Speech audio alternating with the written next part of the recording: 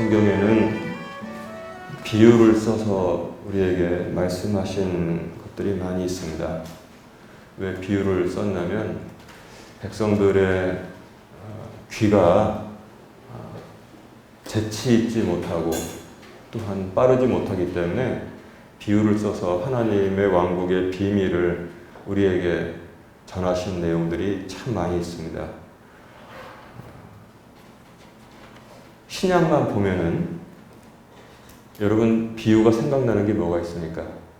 씨 뿌리는 자의 비유가 있죠. 씨 뿌리는 자가 나와서 씨를 뿌릴 때 덜어는 길가에 떨어졌더니 바로 뭐예요? 새가 와서 쪼아 먹었다. 이건 뭡니까? 나중에 이제 제자들이 예수님께 이게 무슨 뜻입니까? 물어보니까 길가에 뿌려진 씨는 밭이 아닌 곳에 떨어졌는데 새는 뭐냐면 마귀라고 그랬잖아요. 그래서 우리가 그거 조심해야 돼요. 하나님의 말씀을 듣고 기쁨이 충만하려고 했는데 마귀가 와서 그걸 쪼아먹어서 전혀 결실을 못 맺게 하는 그런 악한 현상이 2000년 전에 예수님 시대에도 있었고 지금도 더 번성한다는 사실을 여러분 꼭 이해해야 됩니다. 돌밭에 뿌린 것은 잠시 뿌리를 내려서 돌 밑으로 뿌리를 내려서 싹이 돋는가 했는데 조금 있으니까 해가 뜨겁게 뜨니까 견디지 못하고 다 말라 죽었는데 이것은 박해, 뜨거운 태양은 박해잖아요. 박해를 견디지 못하고 줄을 떠나는 일들이 있는데 그런 경우고, 가시덤불에 뿌려진 것은 가시나무 여러분 아세요? 저는 이제 어렸을 때 우리 저 친구들 만날 때 놀이터가 뭐 특별하게 없잖아요. 산과 들 다니면서 놀았습니다. 그러면 어떤 때는 앞으로 뚫고 나갈 수가 없는 때가 있는데 가시나무들이 얼마나 그냥 빽빽하게 있는지 들어갈 수가 없어요. 찔리니까. 그리고 어떤 때는 한참 있다가 이렇게 집에 들어오면 온 옷에 여기서부터 여기까지 이런 뭐가 타닥타닥 붙어 있어요. 근데 그게 도깨비 바늘이라고 해서 그거 이제 띄고 하는 게 일이었는데 그 가시덤불에 그 씨앗이 뿌려지면은 가시덤불 기운이 씨앗이 싹을 내지 못하게 한다고 했습니다. 이것은 세상의 염려, 그러니까 먹고 사는 걱정이 얼마나 많은지, 심지어 예를 들어서 교회에 예배드리러 와서 하나님 앞에 마음을 내려놓고 쏟아놓고 예배를 드리고 말씀을 듣는 순간에도 그 염려와 근심이 있다는 거예요. 염려와 근심이 얼마나 그 사람을 꽉 잡고 있는지 거기선 도저히 말씀의 결실을 볼 수 없다는 것입니다. 근데 세상에 그런 땅만 있겠어요? 근데 그 결국은 좋은 밭에 뿌려졌습니다. 씨앗이 좋은 밭에 뿌려졌더니 어떤 것은 30배, 어마어마하잖아요. 30배, 60배, 또 어떤 것은 100배의 결실을 맺는다. 이렇게 주님께서 우리에게 알려주셨습니다.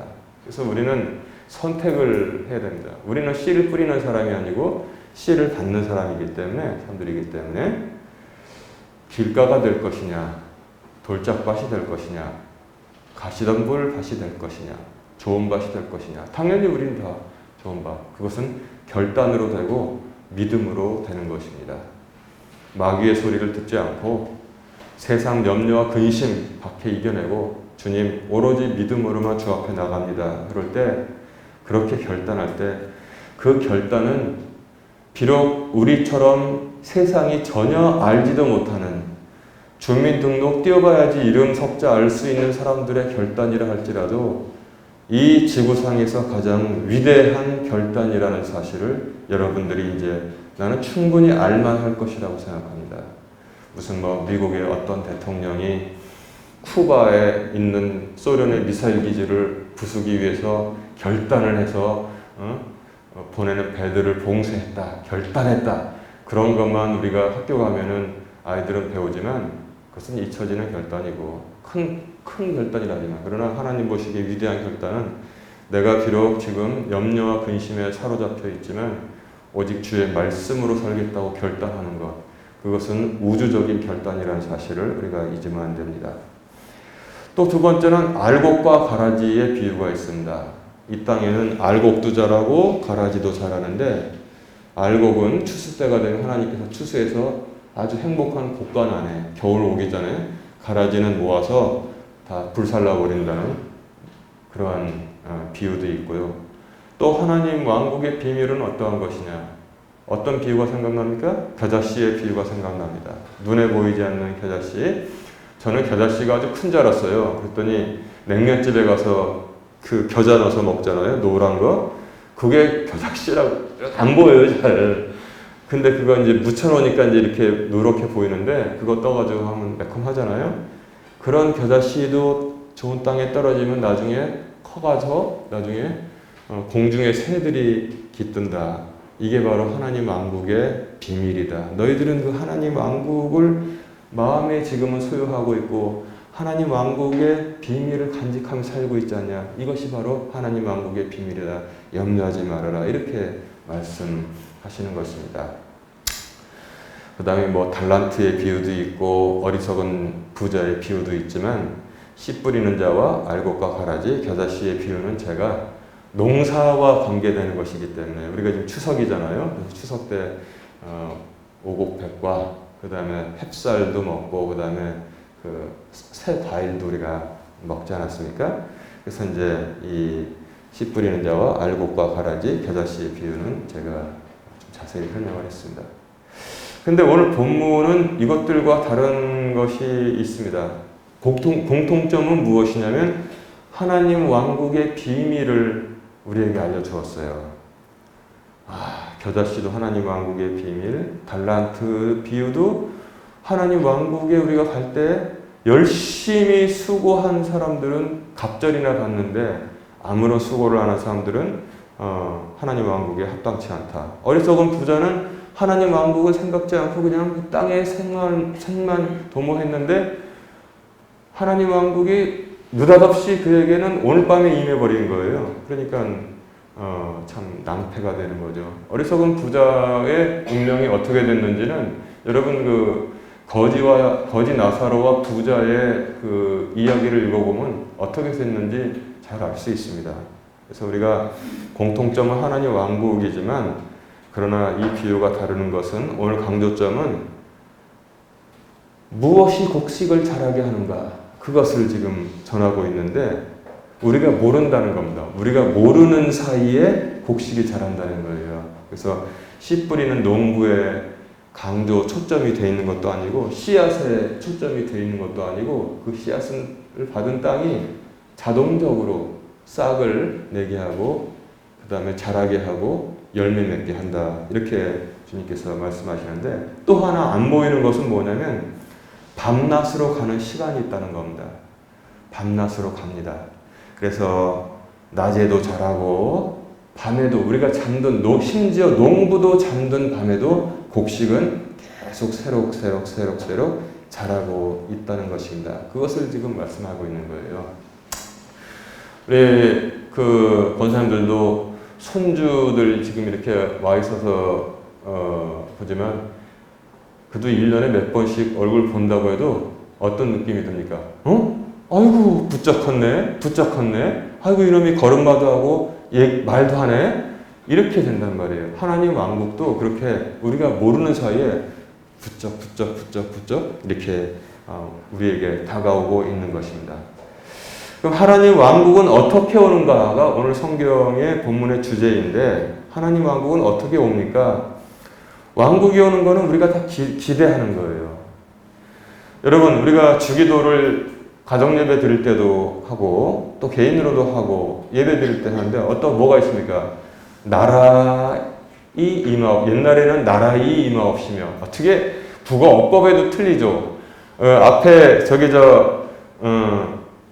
말이 올 때 뒤에 이가 올 때도 있고 가가 올 때도 있잖아요. 왕국이 임하옵시며 그건 맞습니다. 근데 나라가 이렇게 끝나면 가로 받아야 되잖아요. 나라가 임하옵시며 요즘은 그렇게 최소한 이렇게는 하는데 실은 우리가 아까 저 친구들하고 얘기를 했지만 원래 영어 성경에는 우리나라 성경만 빼놓고 모두 왕국으로 번역을 했단 말입니다. 왜냐하면은 The kingdom. kingdom은 뭐냐면 킹이 있잖아요. 킹이 있는 나라이기 때문에 왕국이라고 부릅니다. 제가 엊그저께 들은 뉴스인데 영국에서 여왕이 서거했다고 하더라고요. 여왕이 뭐 90 몇 세로 서거했다고 하는데 그렇게 여왕이나 왕이 있는 나라를 왕국이라고 그래요. 근데 우리 친구들 그냥 보통 나라는 영어로 뭐라 그래? 그냥 컨트리잖아. 그치? 컨트리가 나라라고. 근데 이건 뭐냐면 왕이 없어요. 뭐 몇 년짜리 대통령 우리 국민들이 뽑고 하는 나라. 그게 바로 이제 컨트리인데 왕국은 뭐냐면 그 나라 왕국을 전체를 소유하신 왕 임금님 계시고 백성 신하들이 이렇게 사는 나라 왕국입니다. 하나님의 왕국은 하나님 선출지고 5년짜리 하나님 나라가 아니라 하나님 왕국입니다. 왕국. 우리가 제대로 된 성도라면은 이 세상의 삶이 아무리 안락하고 재밌는 게 많아도 하나님의 왕국이 어서 오시기를 간절히 간구하는 게 바로 우리 제대로 된 성도입니다.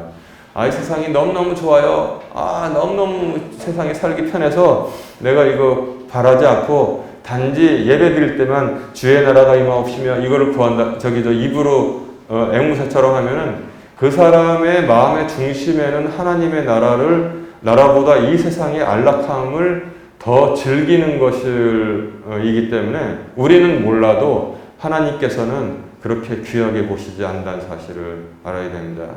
우리가 아무리 삶이 그런 사람이 몇 명이나 되겠어요? 사실 뭐 대한민국에 즐겁고 기쁘고 뭐 윤택하고 좋아도 하나님의 왕국에는 이 땅에 있는 것은 모두 녹슬어 없어지고 사라지는 것들입니다.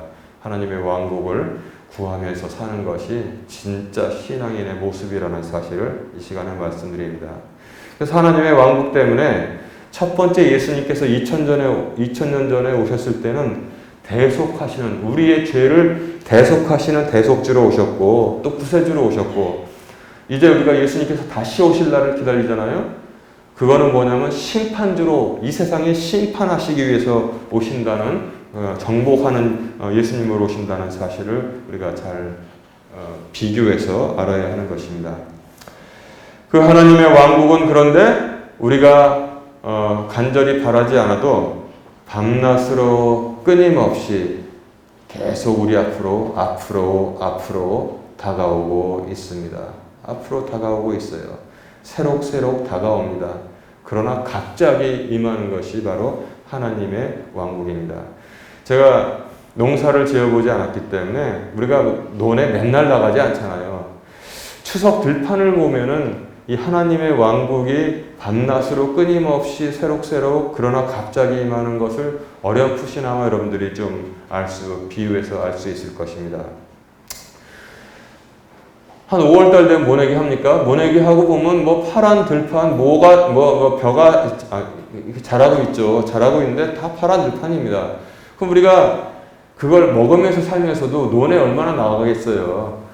농부나 되면은 뭐 매일 나갑니까? 농부도 뭐 일주일에 한 번 나가는지 모르겠으나 추석쯤 돼가지고 들판을 보면 갑자기 황금 들판으로 쫙 변한 것을 보고 지혜를 얻어서 하나님의 왕국은 그렇게 천천히 갔지만 새록새록 우리에게 다가와서 갑자기 우리에게 임한다는 사실을 여러분 잊으면 안 됩니다. 왜냐하면 하나님의 왕국은 농사는 1년짜리 스케일이잖아요. 5월달에 모내기 해서 뭐 10월달에 추수하는 1년짜리 그 따지고 보면 5, 6, 7, 8, 9, 10, 6개월짜리입니다. 6개월짜리 스케일인데 그러면 좀 더 큰 걸 해볼까요? 큰 걸 해보면은 뭐 자식 농사, 뭐 그다음에 교육이라고 하죠. 교육은 국가의 100년 대계다. 100년짜리 스케일이라고 합니다. 교육은. 그러니까 교육이 그렇게 중요하다는 것이죠. 근데 100년짜리 스케일도 하나님의 그 왕국의 스케일에는 비교가 안 돼요. 그러면 어떤 로마 제국이 1000년 갔다 그러잖아요. 뭐 신라가 1000년 갔다고 하냐. 뭐 조선왕조가 500년 갔다. 1000년이라고 해도 세상의 왕조는 스케일이 1000년짜리입니다. 1000년짜리. 그리고 옛날에 강대한 나라들이 다 없어져 버렸어요. 지금 있지 않습니다. 그런데 그럼에도 불구하고 하나님 왕국의 스케일은 건 뭐냐? 1년짜리도 아니고 100년짜리도 아니고 1000년짜리도 아닙니다. 하나님 왕국의 스케일은 인류의 전 역사, 인류의 모든 역사의 스케일이 바로 하나님 왕국의 스케일이라는 거예요. 하나님 왕국의 스케일은 인류의 모든 역사를 다 그 안에 품고 있습니다. 그리고 그 왕국은 오직 하나님만 주관하신다는 것을 분명히 전하고 있습니다. 하나님만 주관하십니다. 그래서 하나님 왕국의 시작이 언제 선포됐습니까? 바로 창세기에 뱀에 대한 저주에서 하나님 왕국이 선포되고 있는 것을 볼 수 있어요. 너는 여자의 후손의 발뒤꿈치를 이렇게 물어서 상하게 하겠지만 그는 내 머리를 깨뜨리리라. 머리가 깨졌으니 뱀이 살겠어요? 뱀은 살지 못합니다. 바로 하나님 왕국의 그런 그 말씀은 창세기에 나오고 있고, 그 다음에 그 후로도 주님께서 대언자라는 일꾼을 구약시대에 꾸준히 보내서 하나님 왕국을 선포하게 하셨고, 그 다음에 신약의 시작 때 뭐 어떤 일이 있었습니까? 바로 예수 그리스도, 말씀이 육신을 입고 오신 예수 그리스도가 오셔서 회개하라, 천국이 가까웠느니라. 그 앞에 선포하는 그런 세례 요한도 뭐라고 그랬습니까? 회개하라, 하나님 왕국이 바로 가까웠느니라. 이미 도끼가 나무 뿌리에 놓여졌으니 회개의 열매를 맺어라, 그렇게 선포했던 것을 볼 수 있어요. 그리고 예수님의 첫 그런 말씀도 회개하라, 천국이 가까웠느니라, 하나님 왕국이 너희들에게 바로 가까이 왔다, 이렇게 말씀했던 것을 우리가 잘 압니다. 그리고 그 다음에는 뭡니까? 예수님이 부활 승천하신 다음에 교회가 세워졌습니다. 자기들도 모르고 다락방에 모여서 120명 정도가 기도하고 있었을 때 갑자기 하늘로부터 강한 바람소리 같은 것이 내려서 각 사람의 머리 위에 불처럼, 불의 혀처럼 다 이렇게 성령의 불이 임하였는데, 그때 사람들이 막 방언으로 외국어를 말하면서 복음을 전파해서 밖으로 나가서 회개를 선포했을 때 하루에 3,000명이나 회개하고 돌아오는 역사가 있었다는 것을 우리에게 전하고 있습니다. 그래서 그 후에 교회를 통해서 하나님 나라를 선포하고, 그 다음에 회개를 촉구하고, 죽어가는 생명들이 설계하고, 심지어는 나라도 살리는 그런 위대한 일들을 교회를 통해서 하고 있는 것입니다. 그래서 하나님은 이 농사를 6개월짜리, 100년짜리, 1000년짜리 스케일이 아니라 온 인류 역사의 스케일로 지금 이끌어오고 계시는데, 누구도 이 농사를 망칠 수가 없다는 사실입니다. 누구도 이 농사를 망칠 수가 없어요. 여러분, 남이 농사 망칠 수 있습니까? 그게 범죄라서 그렇지 망칠 수 있어요. 그 흥부전 보면 아주 못된 짓 하잖아요. 놀부가 흥부전이에요. 거기다 뭐예요? 우는 애기 똥 먹이기, 아이 뵌 여자 배 발로 차기, 그 다음에 비 오는 날 장독 열어놓기, 아주 못된 짓은 다 하는데 농사 망치는 것도 놀부가 했더라고요. 다 큰 호박에다 말뚝 박기. 그런 못된 놈이 놀부라고 말하고 있는데, 우리가 가서 남이 농사 망칠 수 있죠. 저도 옛날에 많이 했죠. 콩서리도 해먹었어요. 얘들은 지금 사과서리도 하라고 하면 안 할 거예요. 콩서리도 해먹고, 복숭아서리, 무서리, 다 해먹었습니다. 농사 망치는 거예요. 크게 망치진 않지만. 그러나 하나님 왕국의 농사를 망치려고 끊임없이 노력하는 존재가 있으니, 누굽니까? 눈에 보이지 않는 존재가 하나님 왕국의 농사를 망치기 위해서 태초부터 그놈도 일하고 있다는 사실입니다. 그놈도. 교회도 망칩니다. 개인의 신앙도 망칩니다. 잘못 거기에 꼬여 들어가면은 죽음의 길로 가게 돼 있는 거예요. 죽음의 길로 가는 겁니다. 멀쩡한 교회도 망치면은 그냥 다 하루아침에 다 날아가는 겁니다. 여러분, 조심해야 돼요. 그리고 사탄의 사주를 받은 수많은 독재자들이 하나님의 왕국에 이 농사를 망치려고 해서 많은 순교자들도 나왔지만, 많은 사람들이, 많은 존재들이 노력했지만 모두 실패한 것이 바로 회방하는 것을 실패하는 것이 하나님 왕국의 농사, 하나님 왕국의 다가옴이라는 사실을 전하고 있습니다. 왜 그렇습니까? 왜 다 실패했습니까? 사람의 농사가 아니라 하나님의 농사이기 때문에 사람으로서는 하나님의 농사를 회방할 수가 없다는 사실입니다. 그래서 고린도전서 3장 7절은 이렇게 전하고 있습니다. 그런즉 이와 같이 심은 자나 물 주는 자는 아무것도 아니며 오직 자라게 하시는 이는 하나님이시니라 그랬어요.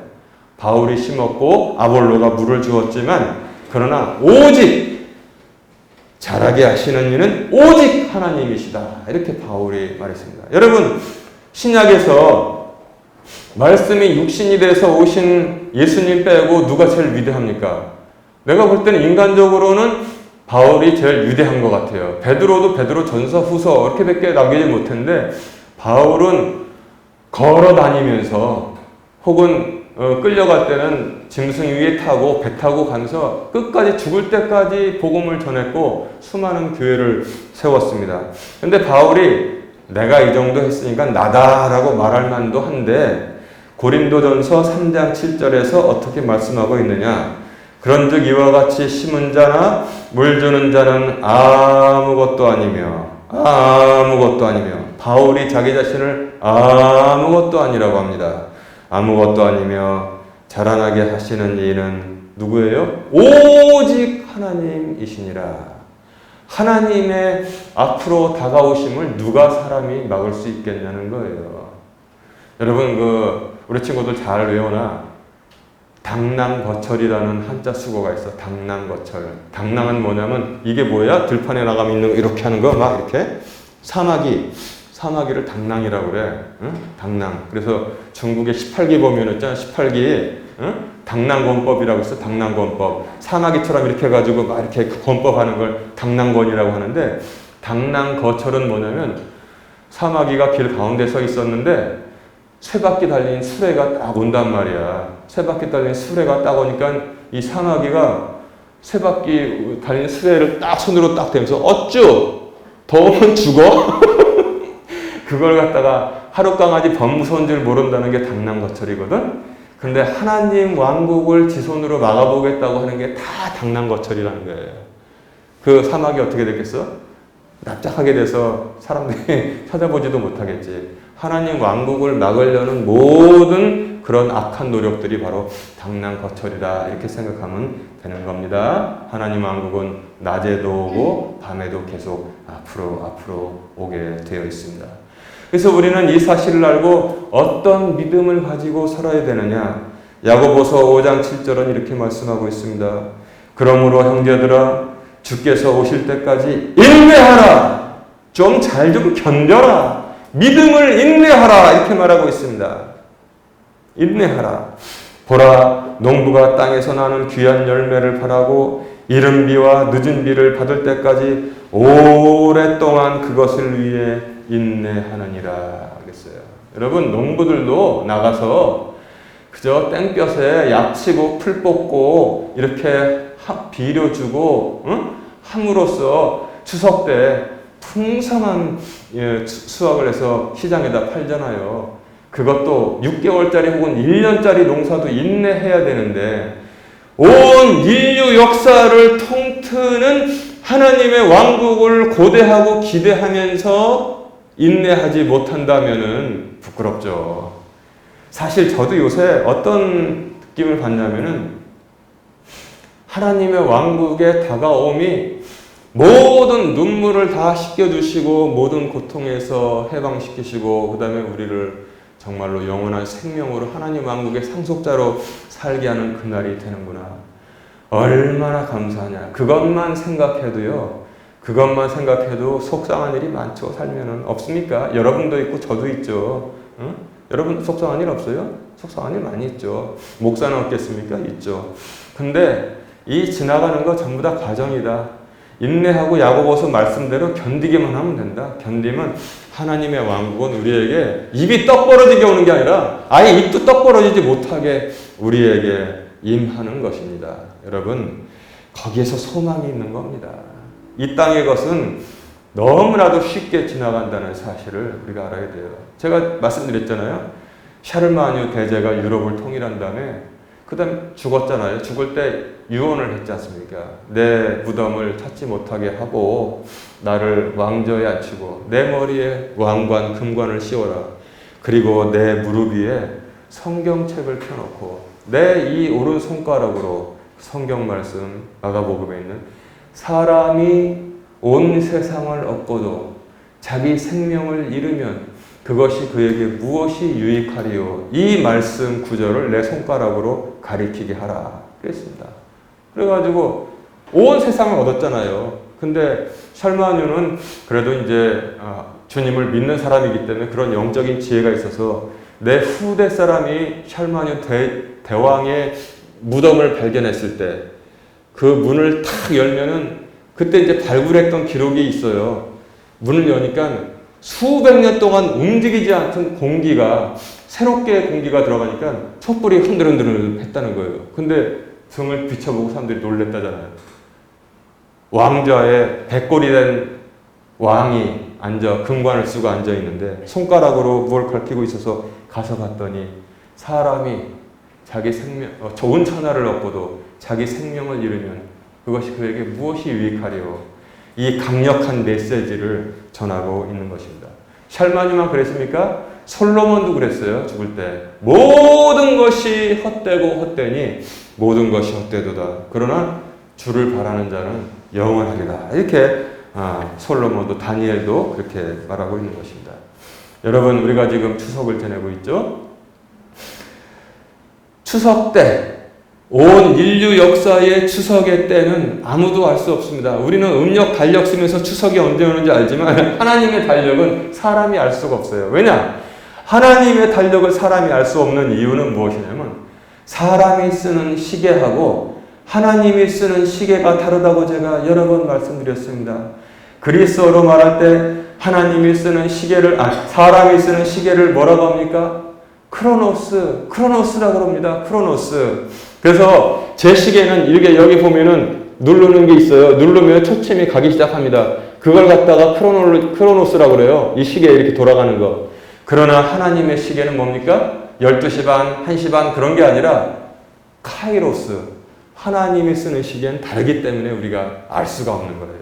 우리는 매년 추석 달력 받아보면 알아요. 넘겨보면 금년 추석은 언제구나 다 알아요. 그러나 하나님의 추석은 사람은 도저히 알 수가 없는 것입니다. 뭐라고 그랬어요? 천사도 모르고 심지어 아들도 모르고 오직 아버지만 아시느니라. 이렇게 말씀을 했습니다.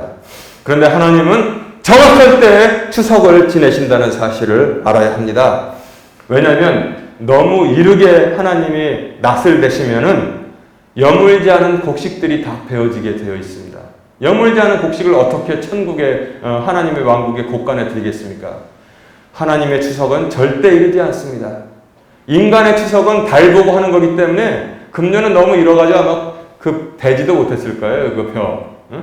그러나 하나님의 추수는 절대 이르게 오는 법이 없습니다. 그러나 하나님의 추수는 또한 절대 늦게 오지 않습니다. 왜냐하면 늦게 온다면 이미 알곡들이 땅에 떨어져 있기 때문에 그렇습니다. 하나님의 인간의 추석은 빠르게 오는 해도 있고 아주 늦게 오는 해도 있지만 그러나 하나님의 추석은 이르게 오지도 않습니다. 왜냐하면 여물지 않은 곡식이 있기 때문에 그래요. 하나님의 추석은 늦게 오지도 않습니다. 늦게 오면은 이미 땅에 떨어진 알곡들이 있기 때문에 그렇습니다. 단지 사람이 답답하다고 불평할지라도 믿음은 불평하는 것이 아니라 믿는 것입니다. 하나님의 선하심을 믿는 것이 믿음이지 불평하는 것이 믿음이 아니라는 사실을 여러분 알아야 됩니다. 믿음은 불평하는 것도 아니고 염려하는 것도 아닙니다. 여러분 염려할 게 뭐 있습니까? 우리의 생명이 영원한 것으로 지금 하나님께 인치심 받았고 하나님 왕국의 상속자가 되었는데 이 땅에 조금 살면서 불편한 점 있죠? 저도 있습니다. 여러분 염려할 것 있죠? 저도 있습니다. 그러나 그런 것을 믿음의 능력으로 내려놓고 주 앞에 간구할 때 하나님께서 때가 되면은 선한 것으로 다 바꿔주실 것을 여러분 믿으시기 바랍니다. 이제 오늘 말씀을 정리합니다. 오늘 말씀은 주님께서 베드로에게 처음에 오셨을 때 깊은 데로 가서 그물을 내려라 이렇게 말씀했고 베드로가 예수님을 3번 부인하고 그냥 낙향해서 다시 고기나 잡으러 내려갔을 때 또한 베드로를 예수님께서 찾아가셨습니다. 이번에는 그물을 배 오른편에 던지라 이렇게 베드로에게 말씀하셨고, 첫 번째 깊은 데로 가서 그물을 내리라고 했을 때도 고기를 얼마나 많이 잡았는지 배가 가라앉을 정도가 되었고, 이번에 또한 마지막에 찾아가셔서 그물을 배 오른편에 던지라 라고 했을 때도 그 고기가 너무나 많이 잡혀서 베드로가 바로 주님이신 것을 알아볼 정도가 되었습니다. 깊은 데로 가서 그물 던져라. 이번에는 오른편이다. 예수님께서 베드로에게 고기 잡는 법을 교육시키고 있다는 사실을 이렇게 이해한다면 정말 둔한 머리를 가지고 있는 거죠. 예수님께서 무슨 고기 잡는 법 어부에게 교육시키고 있습니까? 수산업 교육시킵니까? 절대 그런 것이 아닙니다.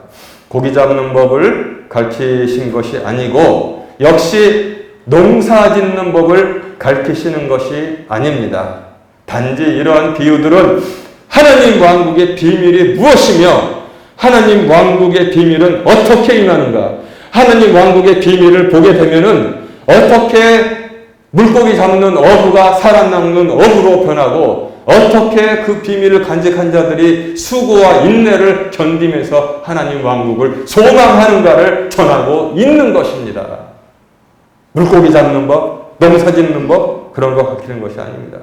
만약에 물고기 잡는 법, 농사 짓는 법 배우려고 교회에 나온다면, 그거를 목사가 강단에서 설교한다면 그것이 바로 원형으로는 번영신학이라는 것입니다. 번영신학. 번영신학은 좀 참 점잖은 말로 한 거고 우리가 흔히 알기로 기복신앙이라는 것입니다. 여러분 교회 나오면 어부죠? 고기 많이 잡힙니다. 농사 짓죠? 농사 매년 특년 들어가지고 좋은 값에 팝니다. 이것이 아니라는 것입니다. 고기 잡는 법, 농사 짓는 법도 아닙니다. 하나님 왕국의 비밀을 전하고 있는 것입니다. 이것은 적당한 씨 뿌림이 있으면은 밤낮으로 자라도 사람이 모르는 사이에, 농부가 다 집으로 들어가 자잖아요. 그때도 들어있는 곡식은 계속 자라는 거예요. 저희들도 마찬가지야. 잘 때도 계속 새록 자라는 것입니다. 그래서 결국 하나님께서 추수하시는 것입니다. 이 말씀은 교회와 각 성도들에게 더디지만 가장 확실한 것이다. 더디지만 누구도 막을 수 없는 것이다. 더디지만 믿음으로 기다리는 것이다를 전하고 있습니다. 사랑하는 성도 여러분, 우리 모두는 우리 믿음의 수확을 반드시 보게 됩니다. 저는 저의 믿음의 수확을 보게 되고 여러분 각자의 믿음의 수확을 여러분 눈으로 반드시 보게 되어 있습니다. 반드시 자기 믿음의 수확을 보게 되어 있습니다. 왜냐하면 하나님의 일이기 때문입니다. 이 비유의 말씀을 통해 우리 모두가 믿음 중에 소망을 가지고 인내하는 중에 평안 누리고 기뻐하고 감사하면서 앞으로 나가기 바랍니다. 그래야지 더 수월하게 더 잘 됩니다. 여러분 이 말씀 꼭 기억하시기 바랍니다.